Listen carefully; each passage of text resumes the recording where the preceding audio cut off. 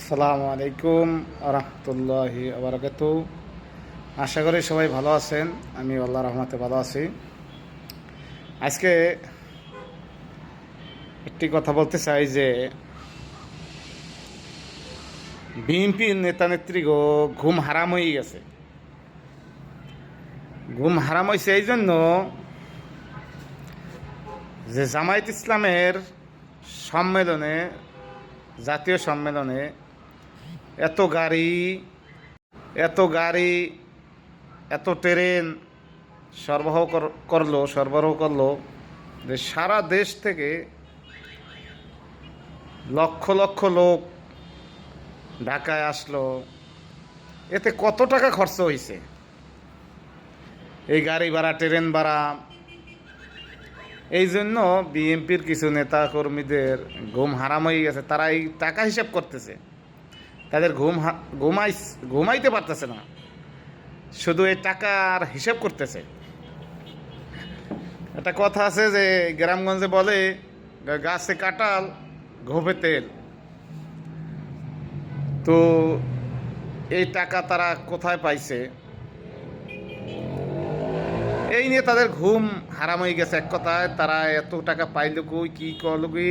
ঢাকা শহরে এত বড় মিটিং করলো, এত বড় জনসভা করলো, এত কয়েকশো কোটি টাকা হয়তো খরচা হয়েছে, এরকম কিছু নিয়ে মন্তব্য সকাল বিকাল টকশোতে এখানে ওখানে এগুলোই দেখতেছি মাত্র।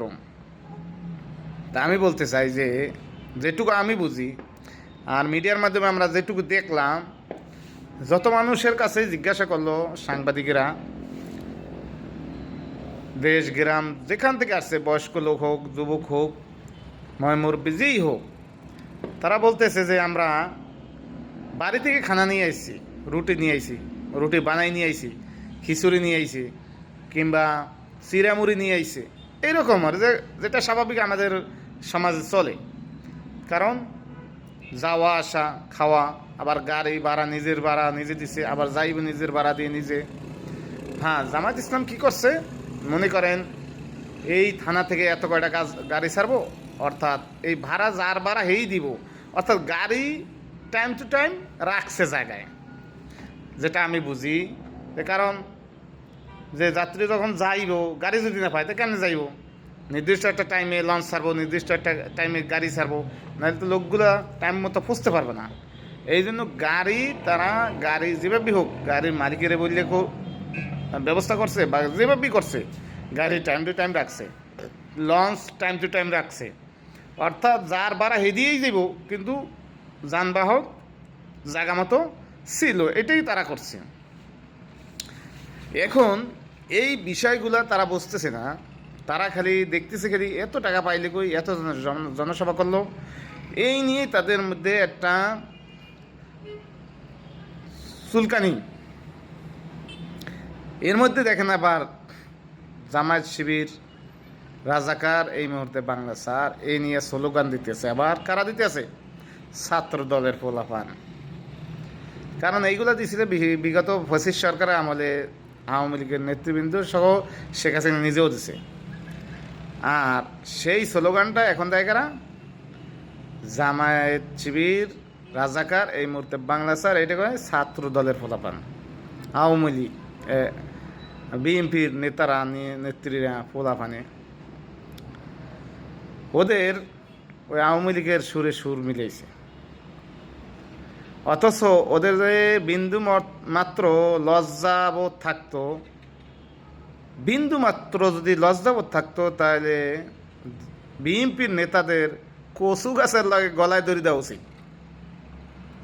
ওই যে মাথামোটা যত বড় বড় নেতা আছে উপরের ক্লাসের, সবের কচু গাছের লাগে গলায় দড়ি দেওয়া উচিত।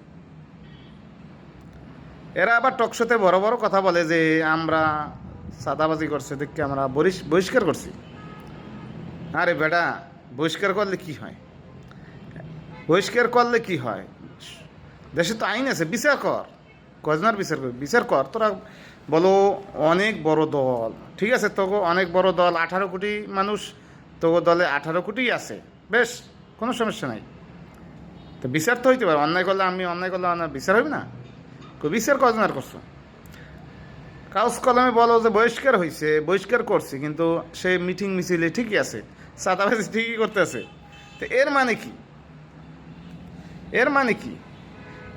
এর মানে হইল ওই কাগজ কলম বহিষ্কার করছে, কিন্তু চাঁদা ঠিকমতো টাইম টু টাইম উঠাইতেছে, আর বাঘ ঠিকই পাইতেছে। ওই যে একটা স্লোগান কে দিছে জানি না, যে চাঁদা উঠায় পল্টনে, টাকা যায় লন্ডনে। বিএনপির হইলে এটা গুণ, বিএনপির বড় গুণ। চাঁদা উঠায় পল্টনে, টাকা যায় লন্ডনে, এইটা হইলে তাদের গুণ। এটা একটা অনলাইনে দেখতেছি খালি সকাল বিকেল। অতএব ওই কত টাকা খরচা করলো, কি করলো, এরা যদি হাজার হাজার কোটি টাকা খরচা করে, অল বাংলাদেশের 18 কোটি মানুষ বলুক না যে আমার কাছ থেকে চাঁদা নিয়েছে একটা, জামায়াত ইসলাম চাঁদা চাইছে 1 টাকা, বলুক না কেউ। দীর্ঘ 53 বছর কেউই তো বলতে পারে নাই, এখনও বলতে পারবে না বলে আমি মনে করি ইনশাল্লাহ। কারণ আমরা এটাই দেখেছি, আর এটাই বাস্তবে আছে। অথচ তাদের বিরুদ্ধে এই ধরনের কুৎসারটাও, এগুলো ঠিক না।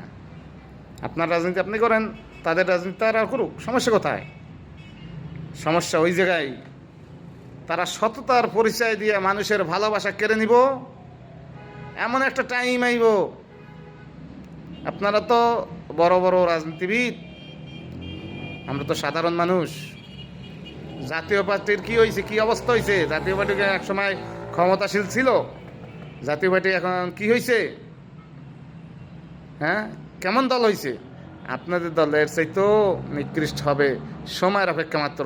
কারণ আপনাদের ব্যবহারটাই এইভাবে। এটা মানুষের দোষ না, এটা আপনাদেরই দোষ। আপনাদের ব্যবহার এইভাবেই করতেছেন মানুষের সাথে। এই জন্যই আপনাদের এই পরিস্থিতি হবে, সময়ের অপেক্ষা ইনশাআল্লাহ। আসসালামু আলাইকুম রহমতুল্লাহি ওয়া বারাকাতুহু। সবাই ভিডিওটি বেশি বেশি শেয়ার করবেন ইনশাআল্লাহ। নেক্সট দেখা হবে। আসসালামু আলাইকুম রহমতুল্লাহি ওয়া বারাকাতুহু।